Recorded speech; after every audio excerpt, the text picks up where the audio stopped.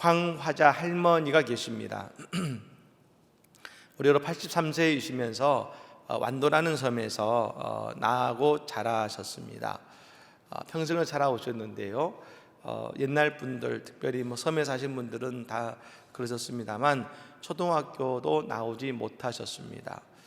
우리가 동티모르 방금 성도들의 찬양의 모습, 예배 모습을 봤습니다만 그분들 대부분 학교도 제대로 나오지 못한 분들이 대부분입니다.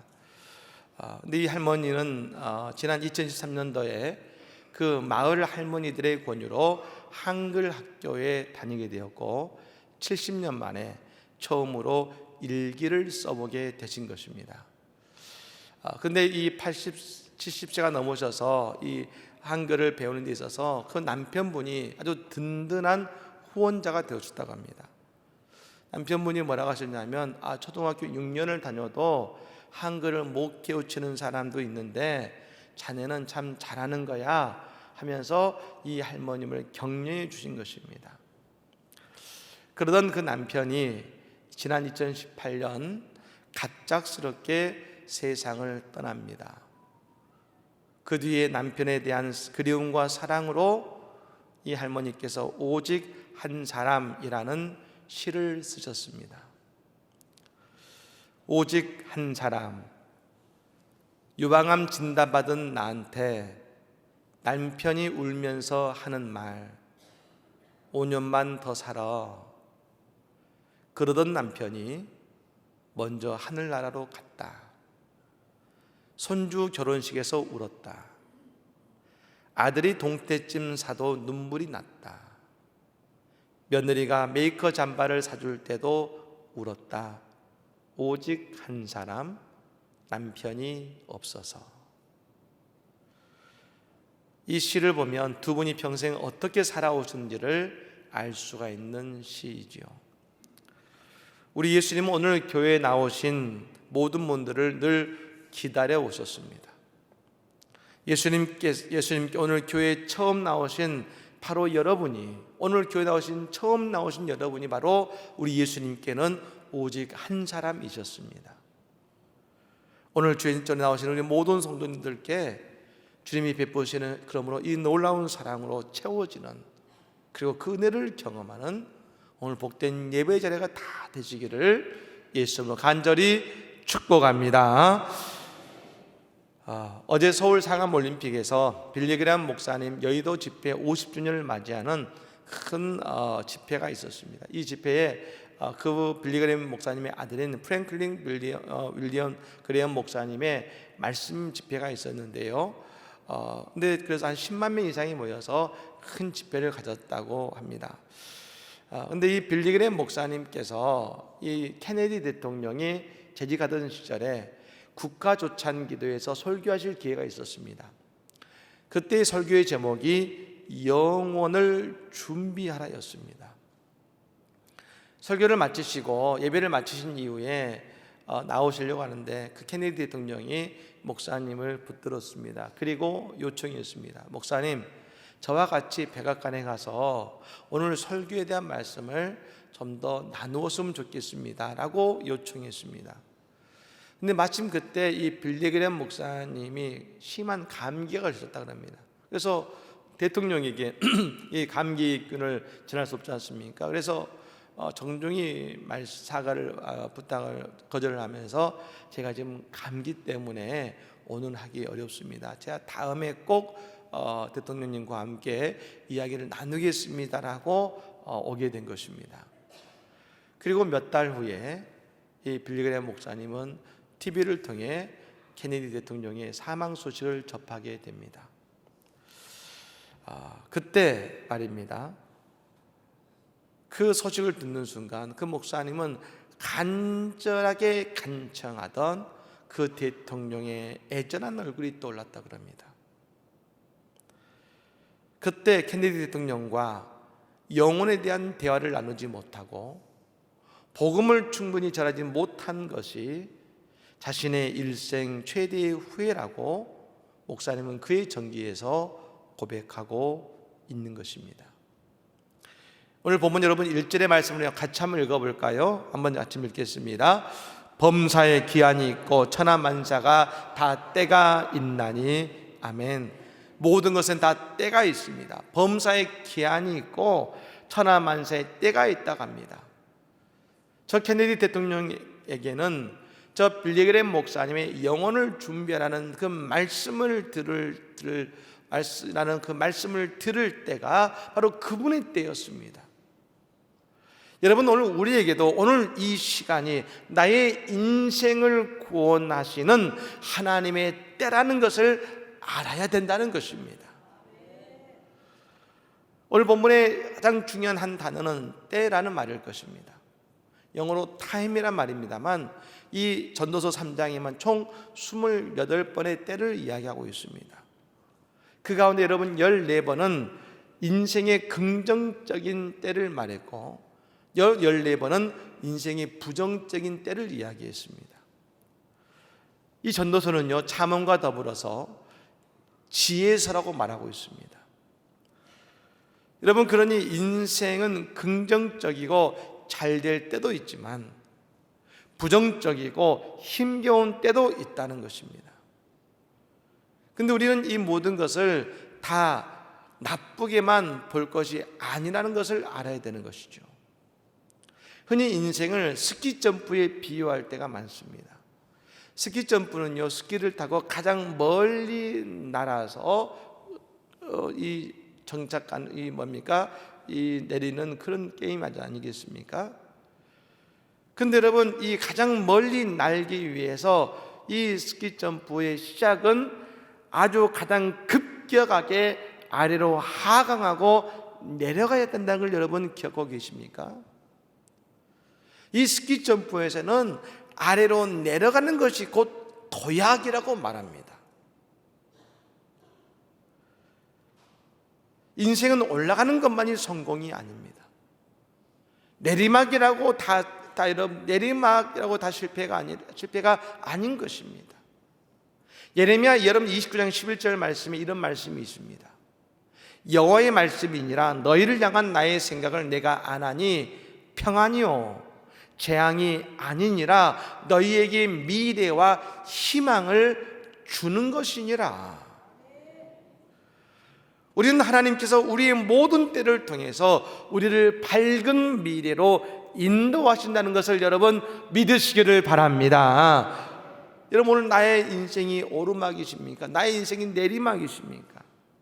그 모든 때를 하나님은 은혜의 때로 만들고 계시다는 것입니다. 여러분, 이 모든 때가 있습니다만 이런 때를 통해 하나님은 어떤 일을 행하시는가? 두 가지를 우리에게 행하신다고 말씀하십니다. 첫 번째는 우리를 아름답게 하신다는 것입니다. 오늘 본문 11절 말씀 우리 같이 한번 읽어보겠습니다. 11절입니다. 하나님이 모든 것을 지으시되 때를 따라 아름답게 하셨고 또 사람들에게는 영혼을 사모하는 마음을 주셨느니라. 그러나 하나님이 하시는 일의 시종을 사람으로 측량할 수 없게 하셨도다. 아멘. 여러분, 여기서 모든 것을 지으시되 때를 따라 아름답게 하셨다고 했습니다. 여러분, 이 아름답게 한다는 것은 누구나 그 인생이 여러분 아름답다는 걸 어디에 표현했습니까? 꽃에 비유하지 않습니까? 누구나 우리의 인생 가운데 꽃처럼 화려하게 피어날 때가 있다는 것입니다.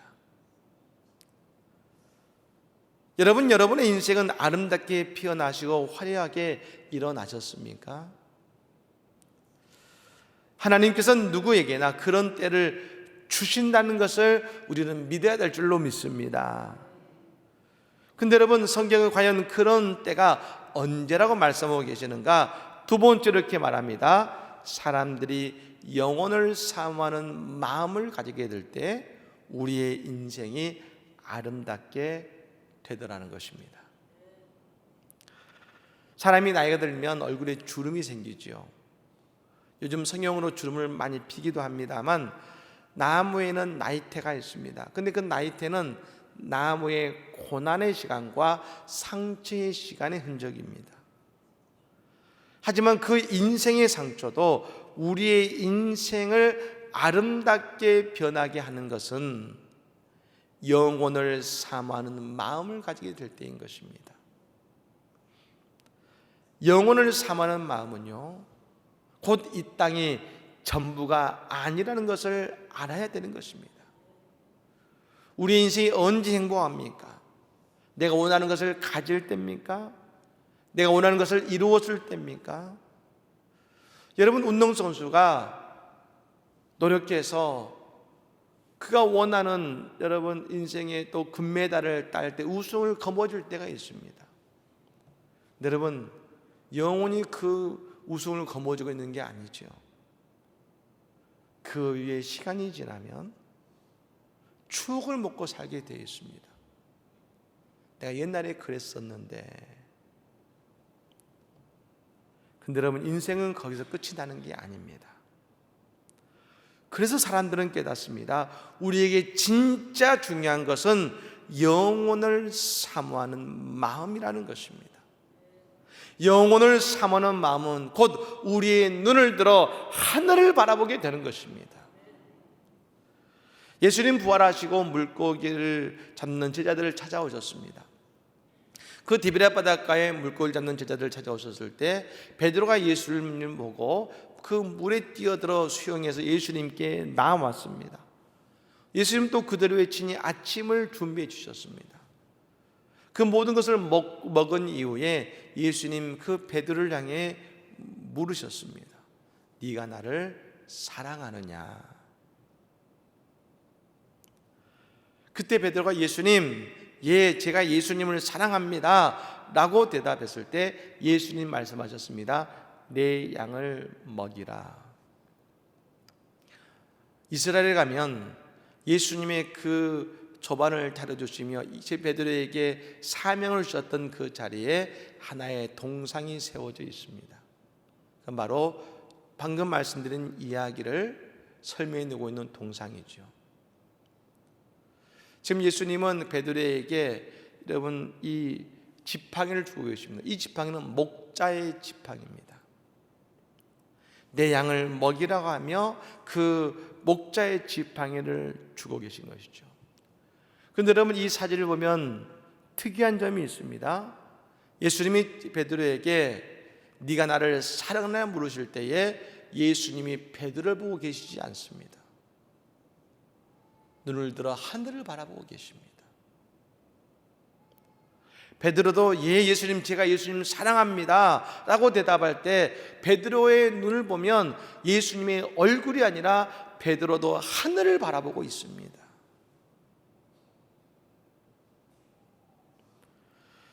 여러분, 이 물음과 대답 속에서 예수님도 베드로도 모두 다 하늘의 영광, 즉 영혼을 바라보는 마음을 가지고 바라보고 계시고 그 영혼을 사모하는 마음으로 서로 그 물음과 대답을 하고 있는 것을 알 수 있는 것입니다.